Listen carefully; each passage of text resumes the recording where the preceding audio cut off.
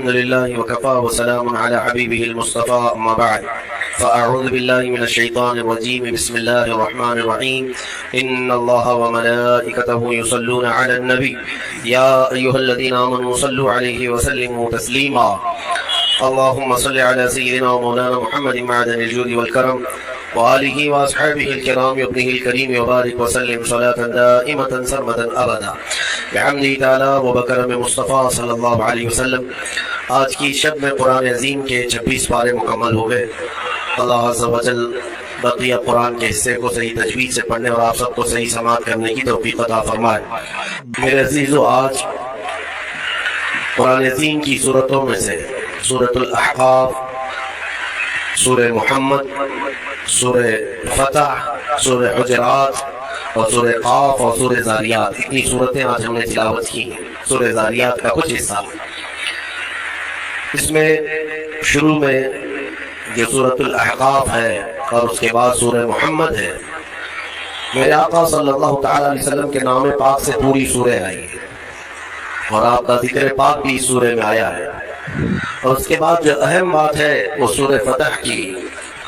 اللہ تبارک و تعالیٰ نے اس میں بشارت دی اپنے حبیب پاک صلی اللہ علیہ وسلم کو، اِنَّا فَتَحْنَا لَكَ فَتْحًا مُبِينًا، بے شک ہم نے آپ کو روشن فتح عطا کی۔ یہ کب کی بات ہے؟ کس فتح کی بات کی جا رہی ہے؟ یہ فتح مکہ کی بات ہے۔ حالانکہ 1 سال پہلے حضور پاک صلی اللہ تعالیٰ علیہ وسلم عمرہ کے لیے آئے، لیکن مکہ کے کفار و مشرکین نے آپ کو عمرہ کرنے سے روک دیا۔ مکہ میں اندر آنے نہیں دیا۔ 35 کلومیٹر دور ہی رسول پاک صلی اللہ تعالیٰ علیہ وسلم اور ان کے ساتھ تقریباً 1400 صحابہ تھے، سب کا راستہ روک لیا۔ یہ سن 6 ہجری کی بات تھی۔ یہ حدیبیہ کے مقام پر حضور صلی اللہ تعالیٰ علیہ وسلم کو روک دیا گیا۔ پھر اس کے بعد ایگریمنٹ ہوا، صلح ہوئی دونوں فریقین کے بیچ، مکہ والوں کے اور حضور پاک صلی اللہ علیہ وسلم کے۔ میں نے اس سے قبل بھی یہ صلح حدیبیہ کی بات آپ تک پہنچائی ہے اور میں نے شاید تفسیر میں بھی اس کو عرض کیا ہے۔ اس میں ایگریمنٹ میں یہ تھا کہ آپ اس سال عمرہ نہیں کریں گے اور احرام یہیں سے اتار کر کے واپس جائیں گے۔ بہت ساری اس میں شکیں تھی ایگریمنٹ میں جو لکھی گئی تھی صلح نامے پر، وہ یہ تھی کہ مکہ سے اگر کوئی مدینے بھاگ کر کے آئے تو آپ اسے واپس ہمارے حوالے کریں گے، لیکن مدینے سے کوئی آیا ہمارے پاس تو ہم اس کو واپس نہیں کریں گے۔ یہ سب زور زبردستی والی شکیں تھی اور سب پر رسول کریم صلی اللہ تعالیٰ علیہ وسلم کو وہ صلح نامے پر دستخط کروا رہے تھے۔ ہو گئی صلح۔ نبی پاک صلی اللہ تعالیٰ علیہ وسلم کے صحابہ جو ہے کشمکش میں تھے کہ ایسے ان کفار و مشرکین سے دب کے کیوں صلح کی جا رہی ہے؟ کیا ہماری طاقت نہیں؟ جب ہم 313 تھے تب ان کے پرخچے اڑا دیے، آج ہم 1400 کی تعداد میں اور قریب آئے ہیں، ان کی اینٹ سے اینٹ بجا دیں گے، ان کے دانت کھٹے کر دیں گے۔ صحابہ میں جوش تھا لیکن منع تھا کہ جنگ کی غرض سے آئے نہیں تھے۔ تو جب رسول پاک صلی اللہ تعالیٰ علیہ وسلم واپس جانے لگے مدینہ طیبہ، میرے عزیزو، یہ 6 ہجری کی بات ہے۔ اللہ تبارک و تعالیٰ نے اپنے حبیب پاک صلی اللہ علیہ وسلم پر یہ سورہ اتاری، سورہ فتح ہے۔ اے محبوب، ہم نے آپ کو روشن فتح عطا فرمائی، جبکہ بظاہر وہاں کیا لگ رہا تھا؟ صلح۔ دب کر کے صلح ہوئی، عمرہ کرنے نہیں دیے، مکہ جانے نہیں دیے، بیچ راستے سے واپس بھیج دیے، اور قرآن کہہ رہا ہے محبوب ہم نے آپ کو روشن فتح عطا کی۔ یہ کون سی فتح ہے؟ وہی 1 سال بعد ہونے والی فتح کی بشارت پہلے ہی میرے رب نے رسول کو عطا فرمائی تھی۔ 1 سال نہیں گزرا تھا، 7ویں ہجری، پھر میرے آقا صلی اللہ تعالیٰ علیہ وسلم تشریف لائے۔ اللہ تعالیٰ نے اسی سورہ میں فرمایا لَتَدْخُلُنَّ الْمَسْجِدَ الْحَرَامَ إِنْ شَاءَ اللَّهُ آمِنِينَ مُحَلِّقِينَ رُؤُوسَكُمْ وَمُقَصِّرِينَ لَا تَخَافُونَ۔ اللہ فرماتا ہے ضرور ضرور اے حبیب، آپ مسجد حرم میں امن و امان کے ساتھ داخل ہوں گے، آپ ضرور داخل ہوں گے، حلق کرائے ہوئے یا قصر کرائے ہوئے، بالوں کو منڈائے ہوئے آپ مسجد حرم میں ضرور آئیں گے اور کسی بات کا آپ کو خوف نہیں رہے گا۔ یہ پہلے ہی اللہ تبارک و تعالیٰ نے فرمایا، جبکہ حالات کیسے تھے؟ کفار مکہ تنے ہوئے تھے، کوئی قریب آنے نہیں دیتا، لیکن میرے مولا نے وعدہ فرمایا کہ ضرور آپ مسجد حرم میں داخل ہوں گے امن و امان کے ساتھ، اور اللہ نے اپنا وعدہ سچ کر دکھایا۔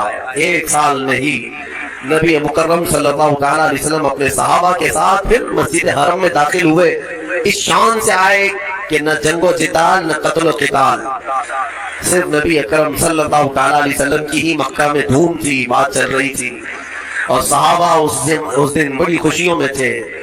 اور میرے عزیزوں وہ دن بھی کون سا تھا؟ 20 رمضان المبارک کا تھا۔ رمضان کی 20 تاریخ کو مکہ مکرمہ کی فتح کا عظیم دن ہے۔ تو اس سورہ فتح میں اللہ تعالیٰ نے اپنے حبیب پاک صلی اللہ تعالیٰ علیہ وسلم کو پہلے ہی خبر فرما دی۔ اس میں ایک بیعت کا بھی ذکر آیا ہے اس سورہ میں۔ اللہ تعالیٰ فرماتا ہے لَقَدْ رَضِيَ اللَّهُ عَنِ الْمُؤْمِنِينَ إِذْ يُبَايِعُونَكَ تَحْتَ الشَّجَرَةِ۔ ہوا کیا تھا؟ ایک درخت کے نیچے حضور پاک صلی اللہ علیہ وسلم نے سارے صحابہ سے بیعت لیا۔ بیعت اتنا لفظ تو آپ سمجھتے ہیں، اپنے پیر و مرشد کے ہاتھ میں ہاتھ دے کر کے آپ بیعت کرتے ہیں، یہ گناہوں سے توبہ اور عہد کرتے ہیں سیدھے راستے پر چلنے کی۔ وہ بیعت کون سی تھی؟ نبی پاک صلی اللہ تعالیٰ علیہ وسلم نے صحابہ کو جو جمع کیا تھا وہ کس بات پر ہوا؟ یہ تھا کہ حدیبیہ کے مقام پر جب حضور اور صحابہ جمع تھے تو میرے آقا صلی اللہ علیہ وسلم نے حضرت عثمان غنی کو، عثمان ابن عفان رضی اللہ تعالیٰ قاصد بنا کر مکہ بھیجا، کیونکہ آپ مکہ والوں میں بڑے ہی عزت دار مانے جاتے ہیں، آپ اشراف میں سے تھے، آپ کے ساتھ کوئی برا کرتا نہیں، تو آپ کو بھیجا گیا تھا کہ آپ جائیں مکہ کے احوال دیکھ کر کے آئیں، وہاں وہ لوگ کیا کیا میٹنگیں کر چکے ہیں یا کیا حالات ہیں۔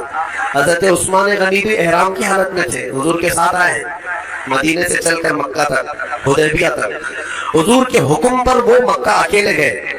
جب مکہ میں داخل ہوئے تو مکہ والوں نے آپ کو نہیں روکا۔ حضرت عثمان کی اپنی ایک عزت تھی، پورے مکہ میں آپ کا ایک اثر و رسوخ بھی تھا، آپ کو کسی نے کچھ نہیں کیا۔ آپ حالات دیکھنے کے لیے مکہ گئے، حرم شریف کے قریب گئے تو وہاں کے جو بڑے بڑے سردار تھے قریش کے اور جو دشمن تھے، ان سبوں نے کہا عثمان ہم تمہاری بڑی عزت کرتے ہیں پہلے سے بھی، اب تم آئے ہو احرام کی حالت میں تو ہم صرف تمہیں اجازت دیتے ہیں تم اپنا طواف کر لو اور چلے جاؤ، تم کعبے کا طواف کر لو اور چلے جاؤ۔ حضرت عثمان غنی مسجد حرم کے باہر کھڑے رہے، کہا قسم رب ذوالجلال کی موت آئے گی بغیر نبی کے طواف نہیں کروں گا، حضور پاک صلی اللہ تعالیٰ علیہ وسلم کے بغیر میں طواف نہیں کروں۔ وہاں تک احرام کی حالت میں جا کر کے بھی طواف کیے بغیر واپس آئے۔ ابھی ہوا یہ کہ ان کی بحث چل رہی تھی مکہ والوں کے ساتھ، کسی نے افواہ اڑا دی کہ عثمان ابن عفان کا قتل ہو گیا۔ تو یہاں پر صحابہ کرام میں بھی یہ بات پھیل گئی، کیونکہ قاصد کو، ترجمان کو، ایمبیسیڈر کو مارنا بہت بڑا جرم پہلے بھی تھا، آج بھی ہے، قاصد کو نہیں مارا جا سکتا۔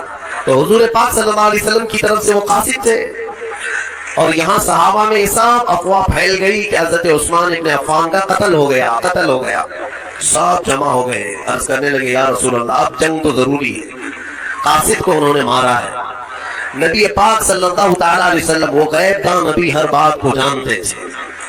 اب صحابہ اکرام میں یہ جو سراسیمگی تھی، بے چینی تھی، اس کے بعد حضور پاک صلی اللہ علیہ وسلم نے سب کو ایک درخت کے نیچے جمع کیا۔ اسی درخت کا ذکر یہ آج کی سورہ میں آیا ہے۔ وہ حدیبیہ کے مقام پر ایک درخت تھا، اس درخت کے نیچے سارے صحابہ کو جمع کیا اور بیعت لیا۔ کس بات پر؟ سارے صحابہ سے اس بات پر عہد لیا، کیا تم اس بات پر ایمان رکھتے ہو کہ اللہ کے سوا کوئی معبود نہیں اور محمد صلی اللہ علیہ وسلم اللہ کے آخری رسول ہیں، اور تم اسلام پر ہمیشہ ڈٹے رہو گے، جمے رہو گے، چاہے جو بھی مصیبت آئے۔ ان تمام باتوں پر صحابہ کرام نے وہاں پر حضور کے ہاتھ میں ہاتھ دے کر کے بیعت کیا۔ وہ پوری بیعت کو بیعت رضوان کہتے ہیں۔ بیعت رضوان کیوں؟ رضوان کا مطلب ہوتا ہے رضامندی والی چیز، جس چیز سے راضی ہو جائے اس کو رضوان۔ اب اس بیعت کو بیعت رضوان اس لیے کہتے ہیں کہ قرآن میں اللہ نے اس بیعت کا ذکر فرماتے ہوئے ارشاد فرماتا ہے لَقَدْ رَضِيَ اللَّهُ عَنِ الْمُؤْمِنِينَ إِذْ يُبَايِعُونَكَ تَحْتَ الشَّجَرَةِ، تحقیق کہ اللہ ان مومنوں سے راضی ہو گیا جو درخت کے نیچے آپ کے ہاتھ میں بیعت کر رہے تھے۔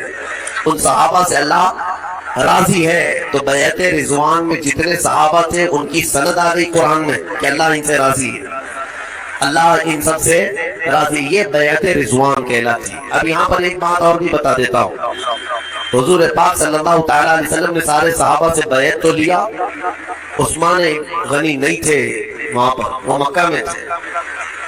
اب یہاں افواہ تو اڑی تھی کہ عثمان ابن عفان کا کیا ہوا ہے، قتل ہو گیا ہے، قتل ہو گیا ہے، لیکن سارے صحابہ جب بیعت سے فارغ ہوئے تو سنو میرے آقا صلی اللہ علیہ وسلم کیا فرماتے ہیں، ارشاد فرماتے ہیں یہ میرا ہاتھ، اور اپنا بایاں ہاتھ نکال کر فرماتے ہیں یہ عثمان کا ہاتھ، اور عثمان کی طرف سے میں خود اپنے ہاتھ پر بیعت کرتا ہوں۔ اس کا مطلب یہ ہے کہ وہ غیب داں رسول پاک صلی اللہ تعالیٰ علیہ وسلم جانتے تھے کہ عثمان ابن عفان کا قتل نہیں ہوا، وہ عنقریب آنے والے۔ پھر صحابہ نے دیکھا کہ حضرت عثمان غنی صحیح سلامت احرام کی حالت میں واپس آئے، پھر اس کے بعد آنے کے بعد پھر انہوں نے حضرت عثمان غنی نے اپنا ہاتھ پھر حضور کے ہاتھ میں دے کر بیعت کیا۔ لیکن یہ فضیلت حضرت عثمان غنی